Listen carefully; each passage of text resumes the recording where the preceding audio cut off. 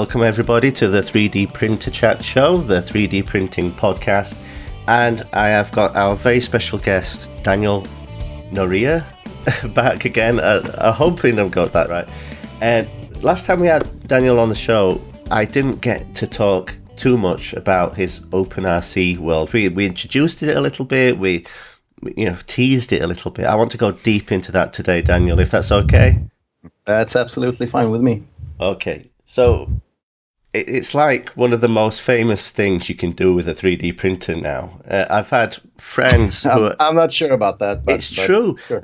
I've got a friend, he's a policeman. His kid's got DJI quadcopter, and even he'd heard of the Open F1 car. So it's like crazy famous. So how did it happen? What made you invent this thing? So at the time, I was actually working on something else, but if there was one thing I learned from the previous project, which was the OpenRC Truggy, that it was a bit complicated for most people with 3D printed gears for the tiny differential and things like that, and many failed halfway and just abandoned the build.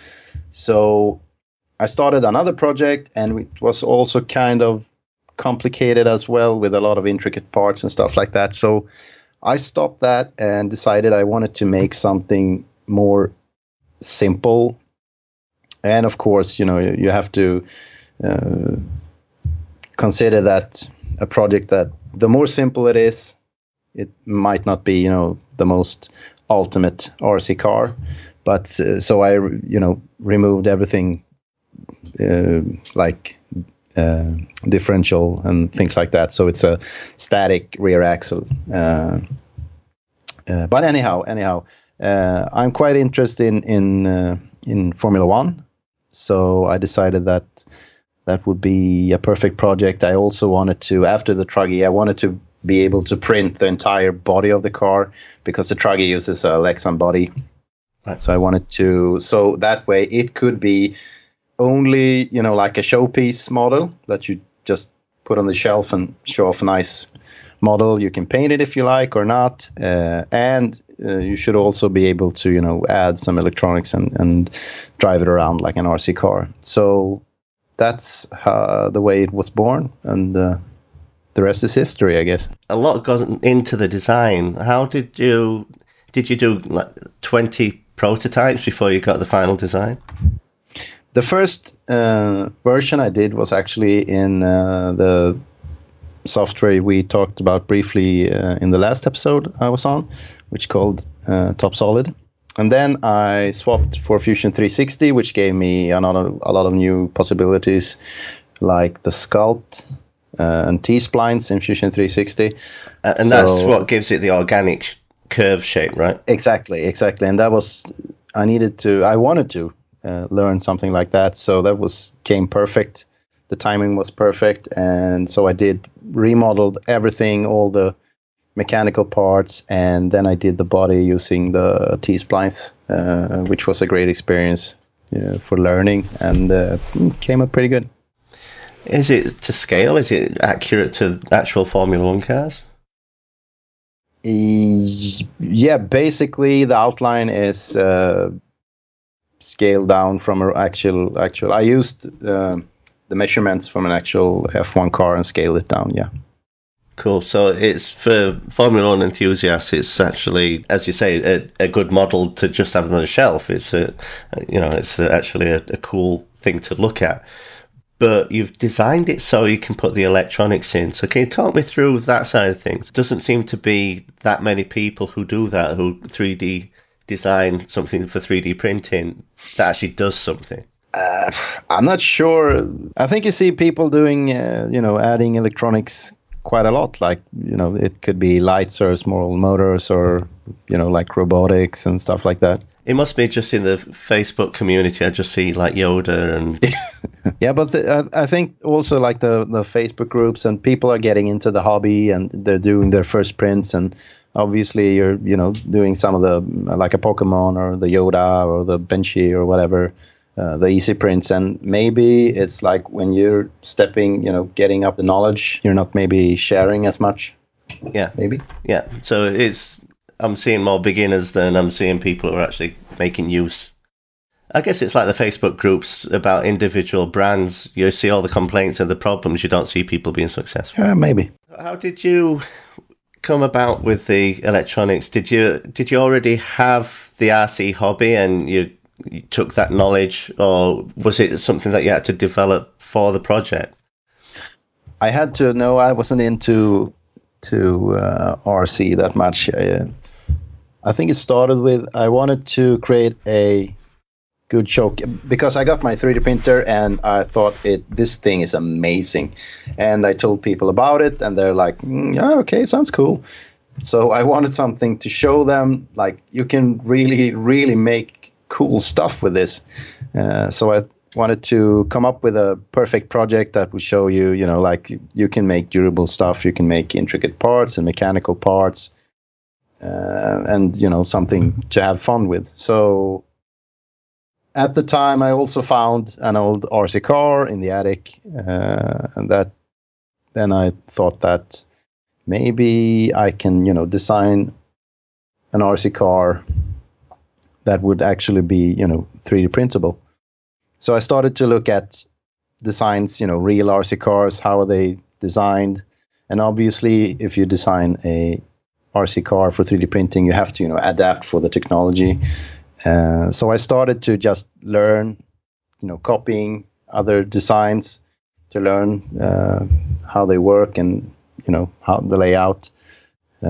So I did the first car I did was a rally car, the OpenRC touring car, which is not, the best 3D printable design perhaps, but I learned a lot in the process. And after I've done that, finished that, I decided that I can do, my own design entirely from scratch. And so I started working on the truggy and work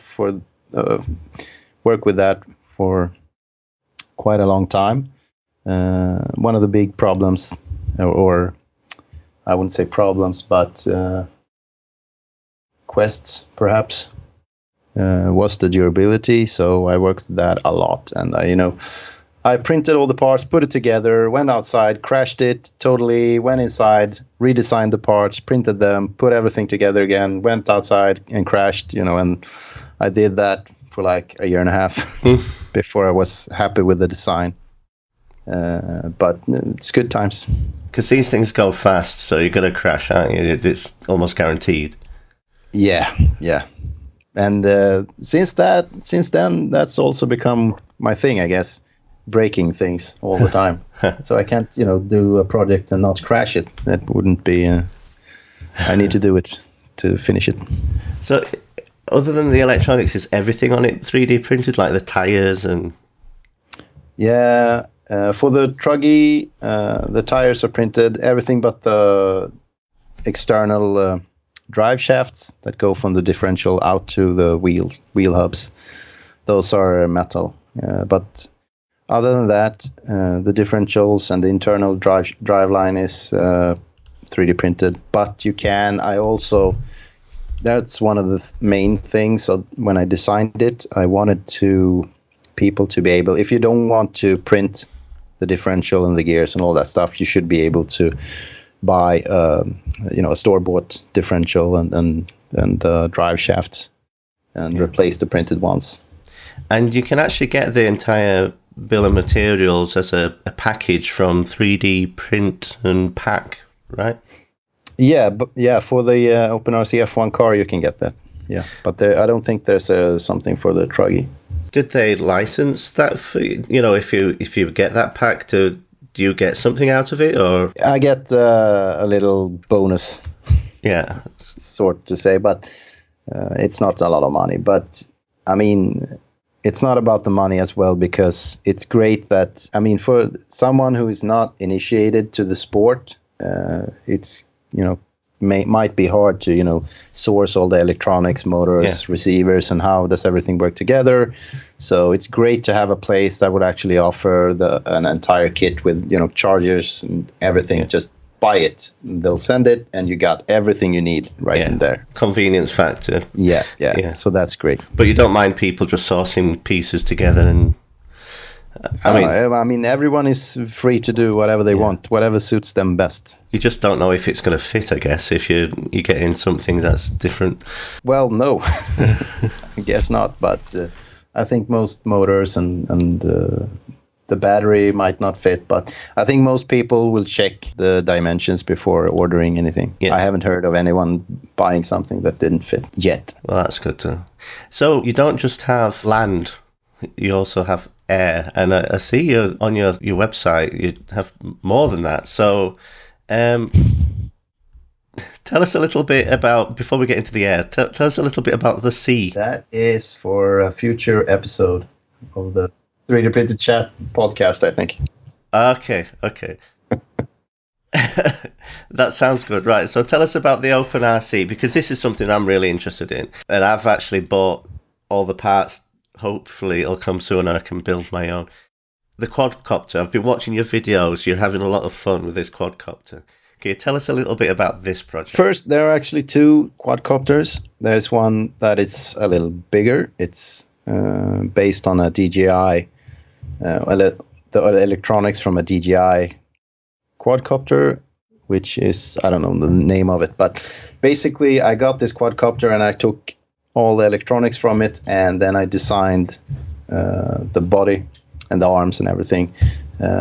Did my own design. I wanted to enclose all the electronics because at the time, most quadcopters that I could find used, like the same design of the arms and everything, and you just put the cables and the ESCs on the outside and just put everything with zip ties. And I wanted to make a more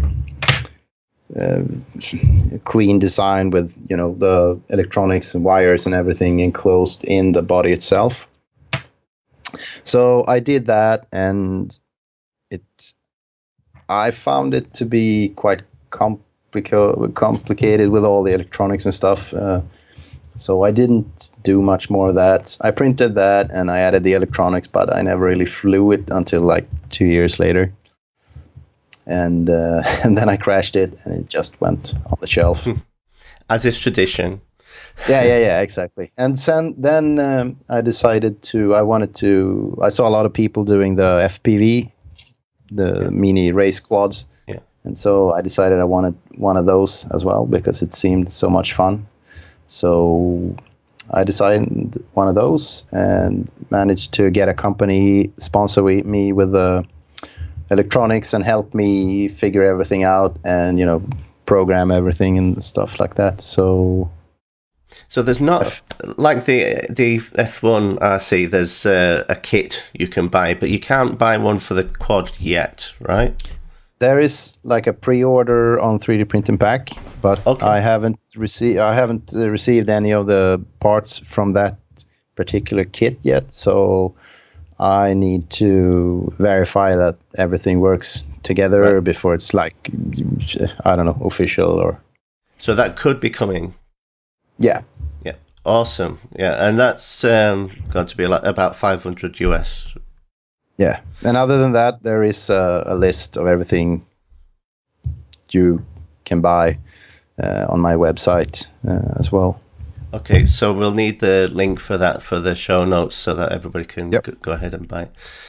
The Open F1, is that still being developed? Is that done now? Have you moved on to the quadcopter?